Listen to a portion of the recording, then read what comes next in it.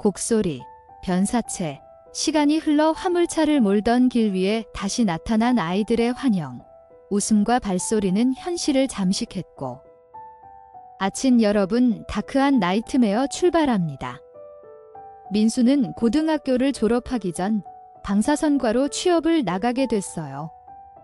집과 거리가 멀어 병원 기숙사에서 살게 되었는데 바로 옆이 장례식장이었죠. 낮에는 환자들로 북적였지만 밤이 되면 기숙사 창너머로 곡소리가 흘러들어왔어요. 처음엔 그저 무섭기만 했는데 시간이 갈수록 익숙해지지 않는 싸늘함이 몸을 파고들었죠. 아범이 말했죠. 죽음이 늘 곁에 있다는 건 살아있는 자에게 가장 큰 시험이었죠. 어느 겨울, 민수는 선배 도현과 당직을 서게 됐어요. 그날 병원에는 산에서 발견된 변사체가 들어왔죠. 시신은 눈 속에 묻혔다가 녹아나오며 이미 훼손이 심한 상태였어요. 민수는 겨우 19, 그 광경만으로도 숨이 막혔죠. 하지만 촬영을 위해선 시신을 돌려야 했고 민수의 손은 장갑 너머로 썩어가는 살에 파묻혔어요. 토악질이 치밀고 이후 며칠간 잠을 이루지 못했죠.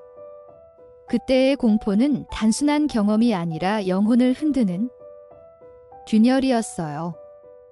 며칠 동안 기숙사에 머물던 민수는 밤마다 가위에 눌렸어요. 처음엔 흐릿한 울음소리, 고양이 울음 같기도 하고 아이의 웃음 같기도 한 소리였죠. 시간이 갈수록 더 선명해졌고 소리 속에 기묘한 그림자가 겹쳐졌어요. 그는 결국 어머니에게 털어놨지만 돌아온 건 피곤해서 그렇다 오는 말뿐이었죠. 병원 선배들도 이곳에선 흔한 일이라며 대수롭지 않게 넘겼어요. 아범의 목소리가 덧붙였죠. 그런 위로가 오히려 더 깊은 공포를 키웠던 순간이었죠. 민수는 밤마다 기숙사 복도 끝에서 들려오는 발자국 소리에 눈을 떴어요. 창문 너머로는 장례식장 불빛이 흔들리고 곡소리는 바람을 타고 밀려왔죠. 그는 담요를 머리까지 뒤집었으며 귀를 막았지만 소리는 오히려 머릿속에서 더 또렷해졌어요. 익숙지 않은 죽음의 울음소리는 민수의 젊은 마음을 잠식했고 몸이 얼어붙듯 차가운 땀이 흘렀죠. 아범이 말했죠. 사람의 귀는 들리지 않아야 할 소리를 들을 때 영혼이 먼저 떨리기 시작하죠. 하루는 진료를 기다리던 서연 할머니가 민수를 유심히 바라봤어요. 학생, 시간이 좀 있나? 라는 물음에 민수는 고개를 끄덕였죠. 서연은 그의 어깨를 짚으며 얼굴을 찌푸렸어요. 내 곁에 오래 머무른 것들이 보이는구나. 민수는 숨이 막히듯 가슴이 쿵 내려앉았어요. 그는 떨리는 목소리로 혹시 얼굴이 일그러진 사람도 보이시나요? 라고 물었고 할머니는 단호하게 고개를 끄덕였죠. 순간 민수의 머릿속에 며칠 전 마주한 변사체가 떠올랐어요. 서연은 기숙사까지 함께 내려가 보자고 했어요. 장례식장과 맞닿은 기숙사는 풀숲에 덮여 있었고 거미줄이 천장을 가득 메운 낡은 공간이었죠. 할머니는 현관 앞에 서더니 낮게 중얼거렸어요. 사람의 원혼만이 아니라 동물의 혼도 함께 들어와 있구나. 알고 보니 기숙사 앞 화장실에 버려진 수많은 동물 사체가 원인이었어요. 문틈을 타고 발걸음을 따라 하나씩 따라 들어온 영가들이 곳곳을 채우고 있었던 거죠. 민수는 몸이 굳어 발을 떼지 못했어요. 서연은 노란 종이에 검은 글씨가 빼곡히 적힌 부적을 꺼내더니 방 구석마다 눌러 붙였어요. 종이는 바람도 없는데 파르르 떨렸고 그 순간 방 안에 맴돌던 차가운 기운이 서서히 옅어졌죠. 서연은 종이를 태우며 민수에게 말했어요. 당분간은 괜찮을 거다. 하지만 결국은 여길 떠나야 한다. 이 불꽃에 타들어가는 종이 냄새가 방 안을 가득 메우자 민수의 어깨가 한결 가벼워졌지만 눈에 보이지 않는 그림자들은 여전히 그를 노려보고 있었어요. 민수는 부적을 품고 잠을 청했어요. 놀랍게도 며칠간 이어지던 가위 눌림이 거짓말처럼 사라졌죠. 그러나 그는 안심하지 못했어요. 매일 밤 부적을 손으로 더듬으며 심장이 뛰는 소리를 들었죠. 눈을 감으면 언제라도 다시 나타날 것만 같았어요. 아범은 이렇게 정리했죠. 사라진 공포가 진정 끝난 건 아니었죠. 그저 잠시 미뤄진 것뿐. 그림자는 더 큰 자국을 남기고 있었죠. 민수는 결국 병원을 그만두고 그곳을 떠나기로 마음을 굳혔어요. 시간이 흘러 민수는 군 복무를 마친 뒤 아버지의 권유로 화물차 운전을 시작했어요. 처음엔 5톤카고 차량으로 시골과 산골을 누볐죠. 낮에는 짐을 나르느라 정신이 없었지만 밤이 되면 도로는 끝없는 어둠 속으로 이어졌어요. 휴게소에서 잠을 청할 때면 유난히 시야가 넓은 차창 너머로 알 수 없는 그림자가 어른거렸죠. 민수는 마음속 깊이 병원 시절의 경험이 자신을 아직도 따라온다는 것을 느꼈어요. 어느 날 충북 보은으로 태양광 모듈을 실어 나르는 일이 있었어요. 담당자 진우는 밤길은 위험하니 내일 아침 밝을 때 오라고 말했죠. 하지만 민수는 오히려 목적지 근처까지 미리 가서 자는 것이 낫다고 판단했어요. 피곤한 몸을 이끌고 산길로 접어들었는데 내비게이션이 안내하는 길은 농로처럼 좁았어요. 돌이킬 수도 없는 길을 앞두고 민수는 잠시 망설였지만 결국 산중턱으로 차를 몰아 올랐어요. 그곳이 모든 시작이었죠. 산길을 오르던 민수의 눈앞에 2층 집이 나타났어요. 정확히는 1층 위에 판넬로 얹은 조립식 방 같은 집이었죠. 그는 그곳 앞마당에 화물차를 세우고 하룻밤을 보내기로 했어요. 처음엔 불이 켜져 있어 사람들이 사는 집이라 생각했죠. 그러나 시동을 끄자마자 아이들 웃음소리가 어둠을 가르며 들려왔어요. 창밖을 내다보니 아이 2명이 앞마당을 뛰어다니고 있었어요. 민수는 순간 기묘한 이질감을 느꼈지만 애써 무시했죠. 아이들의 웃음소리는 달콤하다기보다 메아리처럼 공간을 울렸어요. 그는 차에서 내려 조금만 조용히 해줄래? 라고 말하려 했지만 마당엔 아무도 없었어요. 다시 차로 돌아와 불을 끄고 커튼을 쳤지만 이번엔 창문 바로 앞에서 발자국 소리가 맴돌았죠. 아이들의 실루엣이 가로등 불빛을 가르며 어른거렸어요. 아범이 말했죠. 어둠 속에서 들려오는 웃음소리는 생의 것이 아니라 오래된 기억의 잔향일 때가 많았죠. 민수는 애써 담담히 눕고자 했어요. 하지만 무심결에 올려다본 전면 유리창에 아이 2명이 매달려 있었죠. 남자아이는 파란 셔츠를, 여자아이는 공주풍 드레스를 입고 있었어요. 시선은 또렷했고 웃음은 끊어지지 않았어요. 화물차의 높이를 생각하면 현실적으로 불가능한 장면이었죠. 민수의 등골이 서늘하게 얼어붙었고 손끝은 떨렸어요.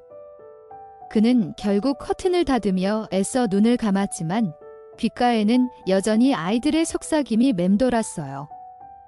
민수는 창문을 조금 열어둔 채 이어폰을 꽂고 음악을 틀었어요. 하지만 가녀린 아이들의 목소리는 음악 사이로 파고들었죠. 조금만 더 놀고 싶다. 속삭임은 귓불 가까이서 울려 퍼지는 듯 생생했어요. 그는 온몸이 얼어붙어 꼼짝할 수 없었어요. 바람 한 점 없는 여름밤, 차창 틈으로 스며든 건 단순한 공기가 아니었죠. 아범이 말했죠. 죽은 자의 목소리는 소리가 아니라 기운으로 스며드는 법이었죠. 민수의 영혼이 먼저 흔들리고 있었죠. 어느 순간 똑똑 창문을 두드리는 소리가 들렸어요. 민수는 숨을 멈추고 조수석 쪽을 바라봤죠. 희미한 달빛 사이로 작은 손자국이 망에 남아 있었어요. 손가락은 또렷하게 5개. 하지만 그 크기가 기묘하게 길고 가늘었죠. 그 순간 심장이 쿵 떨어지는 소리를 들은 듯 했어요. 민수는 눈을 질끈 감고 아무것도 아니야 라고 속삭였지만 망에 남은 손자국은 밤새도록 지워지지 않았죠. 그는 차 안에서 홀로 새벽을 기다려야 했어요. 새벽녘 창문을 세게 두드리는 소리에 민수가 눈을 떴어요. 커튼을 젖히자 담당자 진우가 서 있었죠. 여기서 뭐 하세요? 진우의 얼굴은 놀람과 불신으로 가득했어요. 민수는 상황을 설명했지만 진우는 고개를 절레절레 저었죠. 제가 말한 집은 이 근처가 아니에요. 여긴 원래 집이 아니라 산소 부속 공간이에요. 그제야 민수는 땀에 젖은 몸을 일으켰고 주변을 둘러보며 충격에 숨을 삼켰어요. 불이 켜져 있던 집은 흔적조차 없었어요.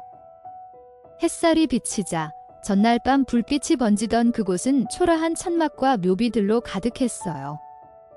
좌우로 펼쳐진 산소마다 이름과 연도가 새겨져 있었죠. 민수는 다리가 풀려 그대로 주저앉았어요. 불현듯 떠올랐어요.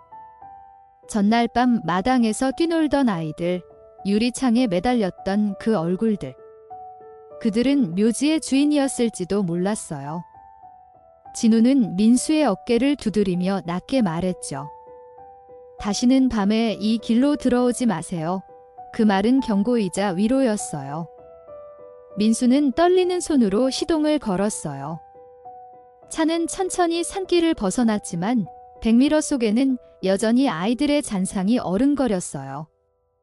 차창 너머로 보이는 산소마다 웃음소리가 울려 퍼지는 듯했죠. 그의 귀는 여전히 어젯밤의 메아리에 붙잡혀 있었어요. 아범의 목소리가 덧붙였죠. 떠났다고 끝나는 게 아니었죠. 공포는 몸에서 떠나도 기억에 남아 평생을 따라붙는 법이었죠.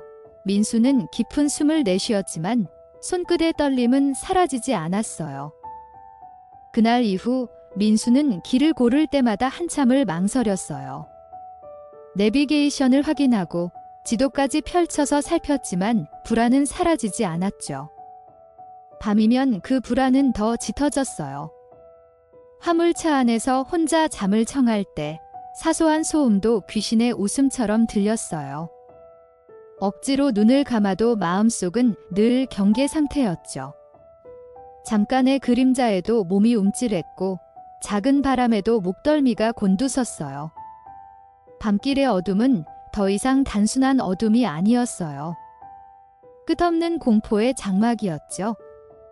시간이 지나며 민수는 윙카로 차량을 바꿨어요. 덮개가 있어 외부와 차단된 구조가 그에게 작은 안도감을 줬죠. 하지만 기억은 사라지지 않았어요.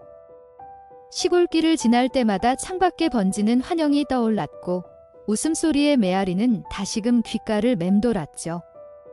그는 자신이 이미 보는 사람이 되었다는 걸 부정할 수 없었어요. 병원에서 시작된 공포가 길 위에서 다시 모습을 드러낸 것이었죠. 민수는 더 이상 단순한 운전사가 아니었어요.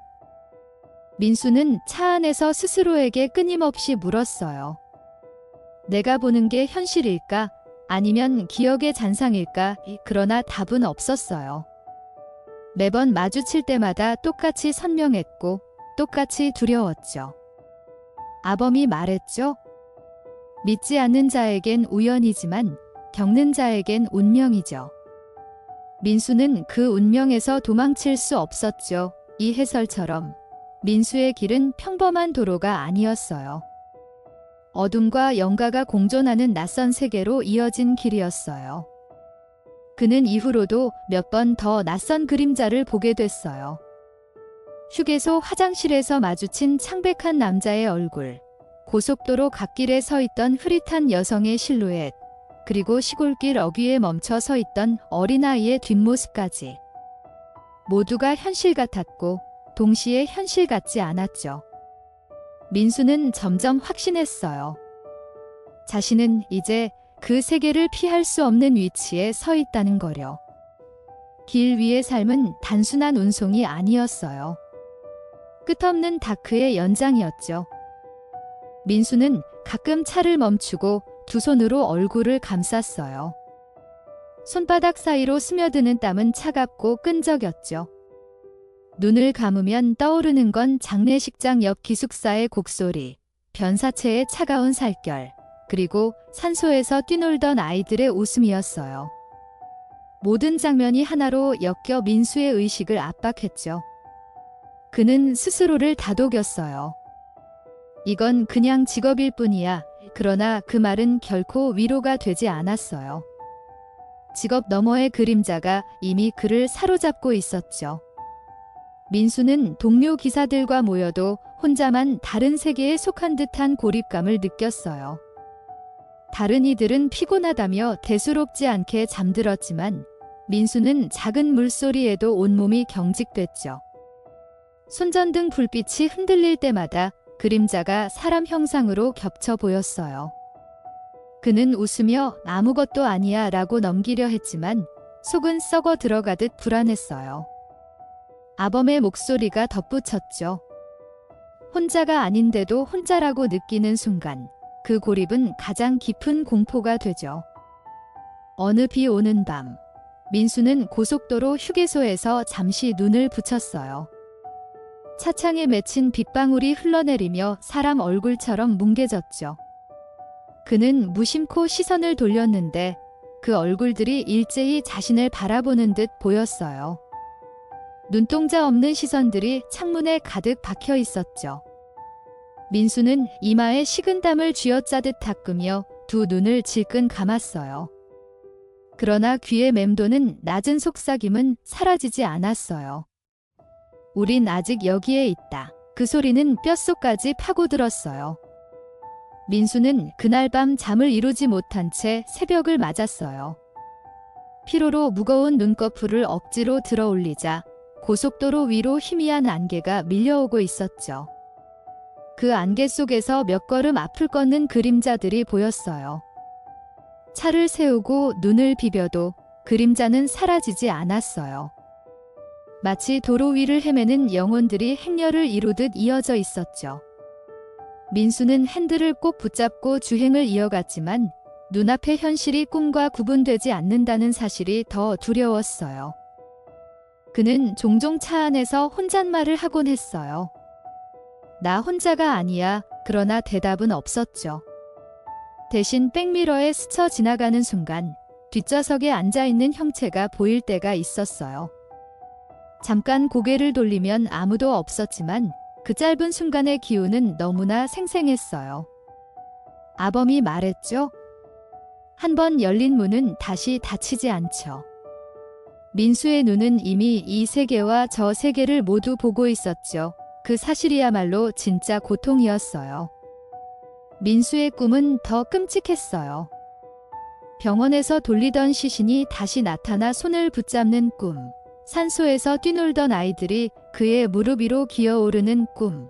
알 수 없는 얼굴들이 창문마다 들러붙어 웃는 꿈. 잠은 더 이상 안식이 아니었어요. 오히려 낮보다 깊은 어둠을 보여주는 또 다른 무대였죠. 그는 눈을 뜨는 순간조차 안도할 수 없었어요. 현실과 꿈이 서로 맞닿으며 그의 일상은 점점 무너져가고 있었어요. 그는 결국 부적을 다시 찾게 됐어요. 서연 할머니가 건네주었던 노란 부적을 떠올리며 혹시라도 다시 받아야 하나 고민했죠. 하지만 할머니의 말이 떠올랐어요. 이건 임시방편일 뿐, 결국은 떠나야 한다. 민수는 알았어요. 아무리 부적을 붙잡아도 이미 각인된 기억은 사라지지 않을 거라는 거려. 그의 심장은 답을 알고 있었죠. 공포의 뿌리는 외부가 아니라 스스로의 내면에 깊이 박혀 있다는 거려. 민수는 길 위에서 매 순간을 조심했어요. 속도를 줄이고 불빛이 없는 구간에선 긴장하며 주변을 살폈죠. 그러나 이상하게도 공포는 늘 예기치 못한 순간에 찾아왔어요. 라디오가 갑자기 잡음을 내뿜을 때, 무전기가 꺼졌다 켜질 때, 혹은 바람이 유리창을 스치는 단순한 순간에도 그는 가슴이 철렁했어요. 작은 현상조차 불길한 신호처럼 다가왔죠. 밤길은 도로가 아니라 끝없는 다크가 입을 벌린 심연 같았어요. 동료들은 가끔 농담처럼 말했어요. 얘야, 산길 들어가면 귀신 나와 조심해라. 하지만 민수는 웃을 수 없었어요. 그에게는 농담이 아니라 살아있는 기억이었죠. 웃음소리, 발자국, 매달린 얼굴들. 그 모든 건 실제로 존재했어요. 아범은 이렇게 정리했죠. 사람들은 믿지 않으면 없는 걸로 생각하죠. 하지만 민수에게 그 부정은 허락되지 않았죠. 민수의 삶은 이미 현실과 괴담이 겹쳐진 채 흘러가고 있었어요. 민수는 차 안에 작은 부적을 두고 다녔어요. 단지 심리적 위안에 불과했지만 그것만으로도 숨이 조금은 가라앉았죠. 그러나 그는 잘 알고 있었어요. 부적이 지켜주는 건 마음의 균형일 뿐 실제 그림자를 몰아내진 못한다는 거려. 깊은 밤, 라디오 불빛이 희미하게 깜빡일 때면 그는 다시 서늘한 기운을 느꼈어요.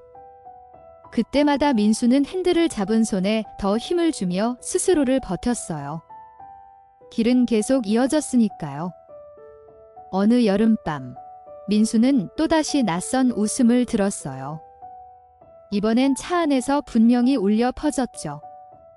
조수석에 놓아둔 물병이 흔들리며 진동했고 백미러에는 희미한 아이의 뒷모습이 비쳤어요. 그는 눈을 크게 뜨고 머리를 돌렸지만 조수석은 텅 비어 있었죠. 숨이 턱 막히고 심장이 귀 옆에서 터질 듯 뛰었어요. 그는 다시 깨달았어요. 이건 결코 끝나지 않는구나. 그때의 웃음은 오래도록 귓가에서 맴돌며 잠을 앗아갔어요. 민수는 점점 현실과 비현실의 경계를 구분하지 못했어요. 낮에도 신호등 옆에 서 있는 낯선 그림자가 눈에 들어왔고 차선을 따라 걷는 사람 형체가 스쳐갔죠. 그러나 고개를 돌리면 아무것도 없었어요. 그는 점점 확신했어요. 병원에서 겪었던 그 첫 경험이 자신을 바꿔놓았다고요. 시신을 돌리며 손끝에 스며든 차가운 촉감, 장례식장 곡소리, 산소의 아이들 웃음까지. 모든 게 이어진 고리처럼 그를 붙잡고 있었어요. 밤마다 꾸는 꿈은 더욱 잔혹했어요. 붉은 빛이 깜박이는 방 안에서 누군가가 그를 불렀고 창문 너머에선 어린아이들이 손을 흔들었어요. 눈을 뜨면 현실인데 그 표정과 시선은 똑같이 따라왔죠. 민수는 꿈과 현실이 맞닿는 경계에서 버티며 살았어요. 하지만 피로는 곧 체력을 무너뜨렸고 몸은 항상 무겁게 가라앉아 있었죠. 아범이 말했죠. 공포는 몸을 먼저 갉아먹고 이윽고 정신까지 집어삼키죠. 민수는 그 소용돌이 속에 있었죠. 그는 점점 길 위에서 혼자가 아님을 당연하게 느꼈어요.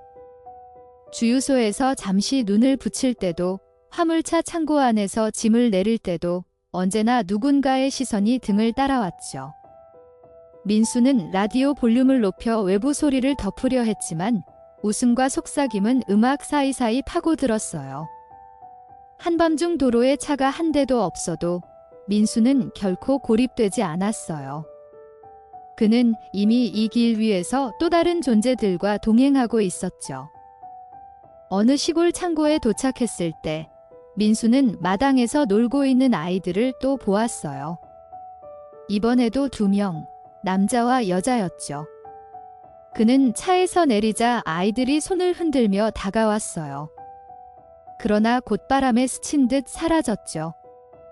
민수는 아무 말도 못한 채 차에 올라탔어요. 창백해진 얼굴을 만지며 속으로 되뇌었죠. 또다시 나타났구나. 그 순간 그는 알았어요. 특정한 장소가 아니라 자신을 따라다니는 존재라는 거려. 민수는 동료들에게 이 이야기를 털어놓지 못했어요. 그들이 믿지 않을 걸 알았기 때문이었죠. 오히려 이상한 사람 취급을 받을까 두려웠어요. 그래서 모든 공포를 혼자 짊어진 채 길 위를 달렸죠. 아범은 이렇게 정리했죠. 말할 수 없는 진실은 더욱 무겁죠. 공포는 침묵 속에서 증식하며 사람을 잠식하죠. 민수는 침묵을 선택했지만 그 침묵이야말로 고통의 또 다른 이름이었어요. 어느 한밤, 비포장도로를 달리던 중 헤드라이트에 흰 옷의 여자가 비쳤어요. 민수는 급히 브레이크를 밟았지만 차 앞에는 아무도 없었죠. 심장은 미친 듯이 뛰고 손끝은 얼음처럼 차가워졌어요. 그는 가만히 핸들에 이마를 기댔어요. 차창 밖엔 풀벌레 소리만 울려 퍼졌어요. 그러나 그 고요가 오히려 더 큰 공포였죠. 민수는 알았어요. 자신이 본 건 단순한 착각이 아니라고요. 이미 여러 번 같은 경험을 겪었으니까요. 그의 삶은 점점 파괴되고 있었어요.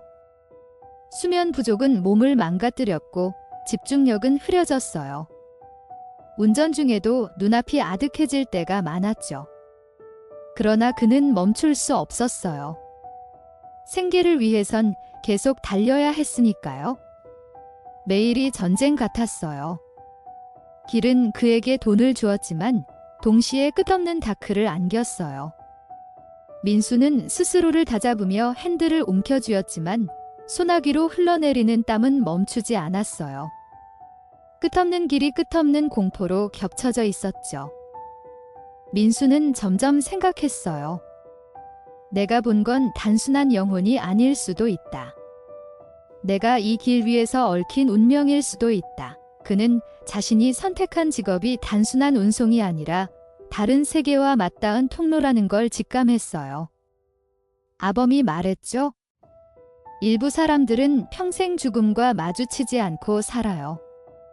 하지만 민수는 태생부터 그 문을 열어버렸죠. 그 해설은 곧 민수의 현실이었어요. 그는 이미 돌아갈 수 없는 길에 들어선 거였죠. 민수의 눈빛은 변했어요. 처음엔 피곤과 두려움이었지만 시간이 흐르며 체념과 익숙함이 스며들었어요. 길 위의 그림자들은 이제 그에게 낯설지 않았어요. 웃음, 속삭임, 발자국조차도 또 다른 일상의 일부가 되었죠. 그러나 그 익숙함이 더 무서웠어요. 공포에 길들여졌다는 건 이미 그 어둠 속 일부가 되었다는 뜻이었으니까요.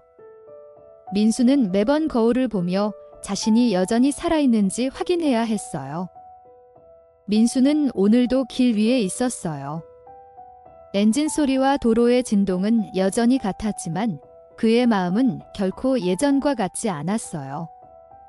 병원에서 시작된 악몽은 화물차의 삶 속에서도 이어지고 있었죠. 그는 이제 알았어요. 이 길은 단순한 도로가 아니라 죽음과 기억, 그리고 영가들이 뒤섞인 통로라는 거려. 아범의 목소리가 마무리했죠. 민수는 여전히 달리고 있었죠. 그러나 그가 달리는 곳은 단순한 현실이 아니라 끝없는 다크의 세계였죠. 이번 다크한 나이트메어는 여기까지입니다. 끝까지 청취해 주셔서 감사합니다. 작은 댓글, 구독과 좋아요로 힘을 보태주시면 큰 응원이 될 거예요.